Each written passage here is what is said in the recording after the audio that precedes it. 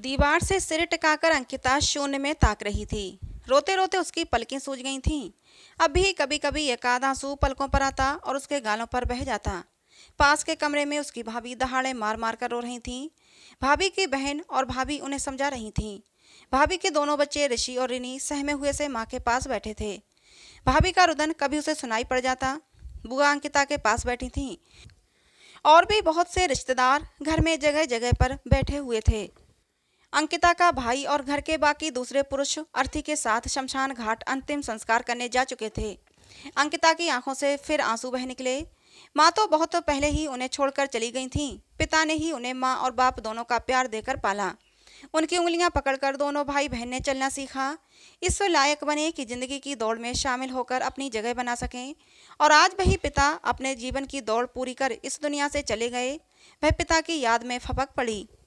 पास में बैठी बुआ उसे दिलासा देते हुए खुद भी भाई की याद में बिलखने लगीं। घड़ी ने 5:30 बजाए तो रिश्तों की एक दो महिलाएं घर की औरतों के नहाने की व्यवस्था करने में जुट गईं। दाह संस्कार के पुरुषों के लौटने से पहले घर की महिलाओं का स्नान हो जाना चाहिए। भाभी और बुआ के स्नान करने के बाद बेमन से उठकर अंकिता ने भी स्नान किया। कैसी अजीब रस्में हैं, अंकिता सोच रही थी। व्यक्ति के मरते ही इस तरह से घर के लोग स्नान करते हैं जैसे कि कोई छूत की बीमारी थी जिसके दूर हटते ही स्नान करके लोग शुद्ध हो जाते हैं। धर्म और उसकी रूढ़ियाँ संस्कार हैं कि कुरीतियाँ, इंसान की भावनाओं का ध्यान नहीं है। बस लोग आडंबर में फंस जाते हैं। औरतों का नहाना हुआ ही था कि शमशान घाट से घर के पुरुष वापस आ गए और घर के बाहर बैठ गए। घर की महिलाएं अब पुरुषों के नहाने की व्यवस्था करने लगीं। उसी शहर में रहने वाले कई रिश्तेदार और आस पड़ोस के लोग बाहर से ही अपने अपने घरों को लौट गए। उन्हें विदा कर भैया भी नहाने चले गए। नहाकर अंकिता का भाई आनंद आकर बहन के पास बैठ गया तो अंकिता भाई के कंधे पर सिर रखकर रो पड़ी। भाई की आंखें भी भीग गईं। वह छोटी बहन के सिर पर हाथ फेरने लगा। रो मत अंकिता, मैं तुम्हें कभी पिताजी की कमी महसूस नहीं होने दूंगा। तेरा ये घर हमेशा तेरे लिए वैसा ही रहेगा जैसा पिताजी के रहते था। बड़े भाई ने कहा तो अंकिता के दुखी मन को काफी सहारा मिला। जीजा जी, बाबूजी का बिस्तर और तकिया किसे देने हैं? आनंद के छोटे साले ने आकर पूछा। अभी तो उन्हें यहीं रहने दे राज, ये सब बाद में करते रहना, इतनी जल्दी क्या है? आनंद के बोलने से पहले ही बुआ बोल पड़ी। नहीं बुआ, ये लोग हैं तो ये सब हो जाएगा, फिर मेहमानों के सोने के लिए जगह भी तो चाहिए ना। राज, तुम पिताजी का बिस्तर और कपड़े वृद्धाश्रम में दे आओ, वहाँ किसी के काम आ जाएंगे। आनंद ने तुरंत उठते हुए कहा। लेकिन भैया, पिताजी की निशानियों को अपने से दूर करने की इतनी जल्दबाजी क्यों? अंकिता ने एक कमजोर सा प्रतिपादन करना चाहा, लेकिन तब तक आनंद राज के साथ पिताजी के कमरे की तरफ जा चुके थे। लगभग 15 मिनट बाद भैया की आवाज आई। अंकिता, जरा यहाँ आना। अपने को संभालते हुए अंकिता पिताजी के कमरे में गई। देख अंकिता, तुझे पिताजी की याद के तहत उनकी कोई वस्तु चाहिए तो ले ले, आनंद ने कहा। भाभी को शायद कुछ भनक लग गई और वे तुरंत आकर दरवाजे पर खड़ी हो गईं। अंकिता समझ गई कि भाभी ये देखना चाहती हैं कि वह क्या ले जा रही है। पिताजी की पढ़ने वाली मेज पर उनका और माँ का शादी के बाद का फोटो रखा हुआ था। अंकिता ने जाकर वह फोटो उठा लिया। इस फोटो को संभाल कर रखेगी वह।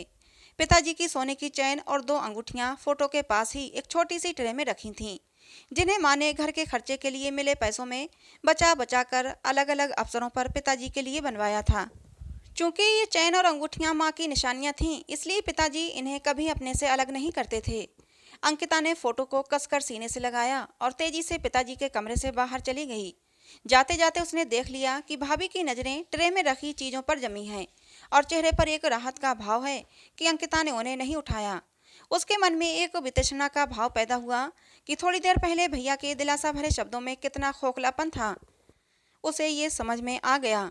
भैया के दोनों सालों ने मिलकर पिताजी के कपड़ों और बाकी सामान की गठरियाँ बनाई और वृद्धाश्रम में पहुंचा आए। पिताजी का लोहे वाला पुराना फोल्डिंग पलंग और स्टूल, कुर्सी, मेज और बेंचें वहां से उठाकर सारा सामान छत पर डाल दिया कि बाद में बेच देंगे। भाभी की बड़ी भाभी ने कमरे में फिनाइल का पोछा लगा दिया। पिताजी उस कमरे में 50 वर्षों तक रहे, लेकिन भैया ने 1 घंटे में ही उन 50 वर्षों की सारी निशानियों को धो पोंछ कर मिटा दिया। बस उनकी चैन और अंगूठियां भाभी ने झट से अपने सेफ में पहुंचा दी। रात को भाभी की भाभीयों ने खाना बनाया। अंकिता का मन खाने को नहीं था, लेकिन बुआ के समझाने पर उसने नाम चारे को खा लिया। सोते समय अंकिता और बुआ ने अपना बिस्तर पिताजी के कमरे में ही डलवाया। पलंग तो था नहीं, जमीन पर ही गद्दा डलवाकर दोनों लेट गईं। बुआ ने पूरे कमरे में नजर डालकर एक गहरी आह भरी। बुआ के लिए भी उनका मायका उनके भाई के कारण ही था। अब उनके लिए भी मायके के नाम पर कुछ नहीं रहा। रमेश बाबू ने अपने जीते जी न बहन को मायके की कमी खलने दी, न बेटी को। कहते हैं मायका माँ से होता है, लेकिन यहाँ तो पिताजी ने ही हमेशा उन दोनों के लिए माँ की भूमिका निभाई। बेटा, अब तू भी असीम के पास सिंगापुर चली जाना। वैसे भी अब तेरे लिए यहाँ रखा ही क्या है। आनंद का रवैया तुझे पता ही है। जो अपने जन्मदाता की यादों को एक घंटे भी संभाल कर नहीं रख पाया, वो तुझे क्या पूछेगा। बुआ ने उसकी हथेली को थपथपाकर कहा। अनुभवी बुआ की नजरें उसके भाई भाभी के भाव पहले ही ताड़ गई थीं। हाँ बुआ, सच कहती हो। बस पिताजी की तहरबी हो जाए तो चली जाऊंगी। उन्हीं के लिए तो इस देश में रुकी थी। अब जब वही नहीं रहे तो। अंकिता के आगे के शब्द उसकी रुलाई में दब गए। बुआ देर तक उसका सिर सहलाती रहीं। पिताजी ने अंकिता के विवाह की एक एक रस्म इतनी अच्छी तरह पूरी की थी कि लोगों को तथा खुद उसको भी कभी माँ की कमी महसूस नहीं हुई। पिताजी ने 2 साल पहले उसकी शादी असीम से की थी। साल भर पहले असीम को सिंगापुर में अच्छा जॉब मिल गया। वह अंकिता को भी अपने साथ ले जाना चाहता था, लेकिन पिताजी की नर्म गर्म तबीयत देखकर वह असीम के साथ सिंगापुर नहीं गई। असीम का घर इसी शहर में था और उसके माता पिता नहीं थे। अतः असीम के सिंगापुर जाने के बाद अंकिता अपनी नौकरानी को साथ ले जाकर वहीं रहती थी। असीम छुट्टियों में आ जाता था। अंकिता ने बहुत चाहा कि पिताजी उसके पास रहें, पर इस घर में बसी माँ की यादों को छोड़कर वे जाना नहीं चाहते थे। इसलिए वही हर रोज दोपहर को पिताजी के पास चली आती थी। बुआ बड़ोदरा में रहती थीं, उनका भी बार बार आना संभव नहीं था, और अब तो उनका भी इस शहर में क्या रह जाएगा। पिताजी की तीसरे दिन की रस्म हो गई। शाम को अंकिता बुआ के साथ आंगन में बैठी थी। असीम के रोज फोन आते और उससे बात कर अंकिता के दिल को काफ़ी तसल्ली मिलती थी। असीम और बुआ ही तो अब उसके अपने थे। बुआ के सिर में हल्का हल्का दर्द हो रहा था। मैं आपके लिए चाय बना कर लाती हूँ बुआ, आपको थोड़ा आराम मिलेगा, कहकर अंकिता चाय बनाने के लिए रसोई घर की ओर चल दी। रसोई घर का रास्ता भैया के कमरे के बगल से होकर जाता था। अंदर भैया भाभी, उनके बच्चे, भाभी के दोनों भाई बैठे बातें कर रहे थे। उनकी बातचीत का कुछ अंश उसके कानों में पड़ा तो न चाहते हुए भी उसके कदम दरवाजे की ओट में रुक गए। वे लोग पिताजी के कमरे को बच्चों के कमरे में तब्दील करने का सलाह मशवरा कर रहे थे। बच्चों के लिए फर्नीचर कैसा हो, कितना हो, दीवारों के पर्दों का रंग कैसा हो, और एक अटैच बाथरूम भी बनवाने पर विचार हो रहा था।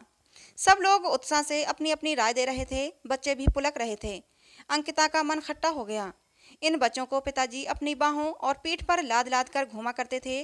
इनके बीमार हो जाने पर भैया भाभी भले ही सो जाते, लेकिन पिताजी इनके सिरहाने बैठे रात रात भर जागते। अपनी तबीयत खराब होने पर भी बच्चों की इच्छा से चलते, उन्हें बाहर घुमाने ले जाते। और आज वे ही बच्चे 3 दिन में ही अपने दादाजी की मौत का गम भुलाकर अपने कमरे के निर्माण को लेकर कितने उत्साहित हो रहे हैं। खैर, ये तो फिर भी बच्चे हैं। जब बड़ों को ही किसी बात का लेश मात्र ही रंज नहीं तो इन्हें क्या कहना। सबके सब उस कमरे की सजावट को लेकर ऐसे बातें कर रहे हैं मानो पिताजी के जाने की राह देख रहे थे कि कब वे जाएं और कब ये लोग उनके कमरे को हत्या कर उसे अपने मन मुताबिक बच्चों के लिए बनवा लें। ये तो पिताजी की तगड़ी पेंशन का लालच था, नहीं तो ये लोग तो कब का उन्हें वृद्धाश्रम में भिजवा चुके होते। अंकिता से और अधिक वहां खड़ा नहीं रहा गया।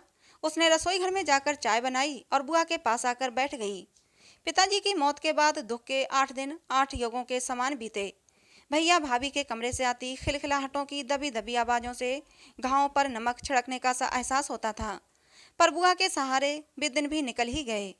9वें दिन से आडंबर भरी रस्मों की शुरुआत हुई तो अंकिता और बुआ दोनों ही बिलक उठीं।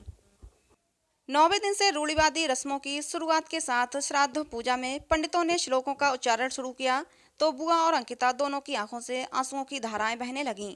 हर श्लोक में पंडित अंकिता के पिता के नाम रमेश के आगे प्रेत शब्द जोड़कर विधि करवा रहे थे। हर श्लोक में रमेश प्रेतस्य, शांति प्रीत्यर्थ शा प्रेतस्य आदि व्यक्ति के नाम के आगे बराबर प्रेत शब्द का उच्चारण इस प्रकार हो रहा था मानो वे कभी भी जीवित ही नहीं थे, बल्कि प्रेत योनि में भटकता कोई भूत था।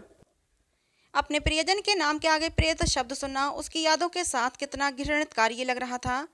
अंकिता से वहां और बैठा नहीं गया। वह भागकर पिताजी के कमरे में आ गई और उनकी शर्ट को सीने से लगाकर फूट फूट कर रो दी। कैसे हैं धार्मिक शास्त्र और कैसे थे उनके रचयिता। क्या उन्हें इंसानों की भावनाओं से कोई लेना देना नहीं था? जीते जागते इंसानों के मन पर कुल्हाड़ी चलाने वाली भावहीन रूढ़ियों से भरे शास्त्र और उनकी रस्में, जिनमें मानवीय भावनाओं की कोई कदर नहीं, आडंबर से युक्त रस्मों के खोखले कर्मकांड से भरे शास्त्र। धार्मिक कर्मकांड समाप्त होने के बाद जब पंडित चले गए, तब अंकिता अपने आप को संभाल कर बाहर आई। भैया और उनके बेटे का सिर मुंडा हुआ था। रस्मों के मुताबिक 9वें दिन पुत्र और पौत्र के बाल निकलवा देते हैं। उनके घुटे सिर को देखकर अंकिता का दुख और गहरा हो गया। कैसी होती हैं ये रस्में, जो पल पल इंसान को हादसे की याद दिलाती रहती हैं और उसका दुख बढ़ाती हैं। असीम को आखिर छुट्टी मिल ही गई और पिताजी की 13वीं पर वो आ गया। उसके कंधे पर सिर रखकर पिताजी की याद में और भैया भाभी के स्वार्थी पक्ष पर वह देर तक आंसू बहाती रही।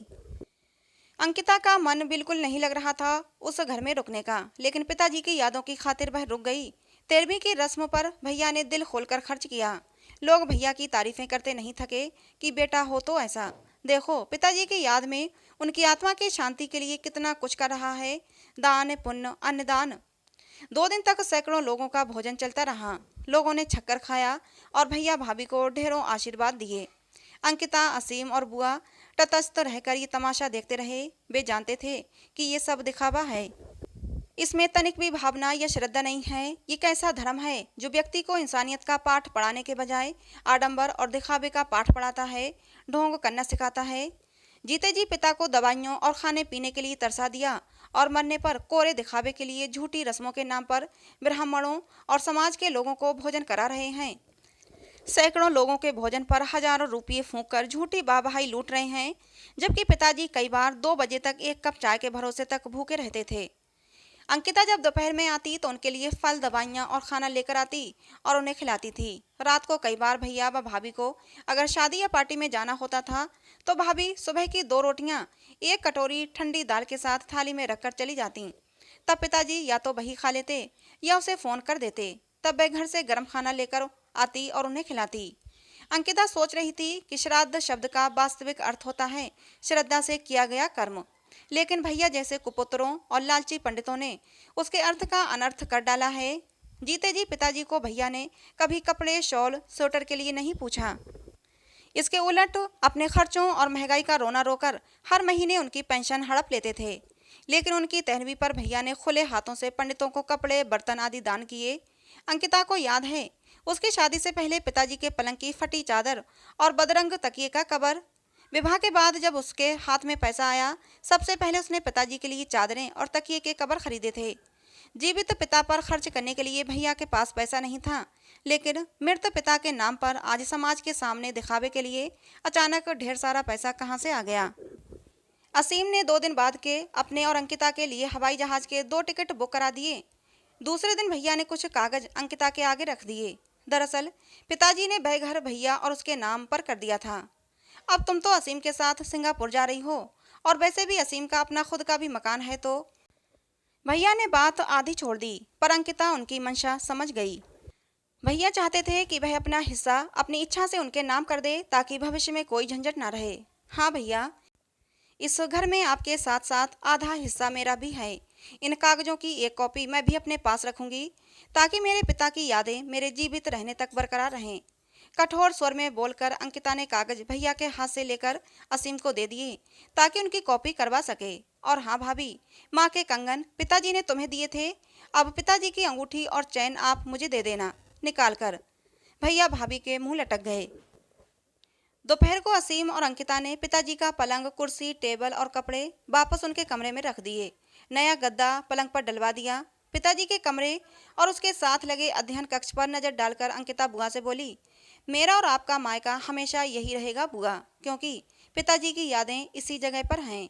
इसकी एक चाबी आप अपने पास रखना। मैं जब भी यहाँ आऊँगी आप भी आ जाया करना, हम यहीं रहा करेंगे। बुआ ने अंकिता और असीम को सीने से लगा लिया और तीनों पिताजी को याद करके रो दिए। तो दोस्तों, ये कहानी आपको कैसी लगी कमेंट करके ज़रूर बताइएगा। पसंद आई हो तो प्लीज़ लाइक करें, शेयर करें, चैनल को सब्सक्राइब करें। मिलते हैं दोस्तों किसी नई कहानी में।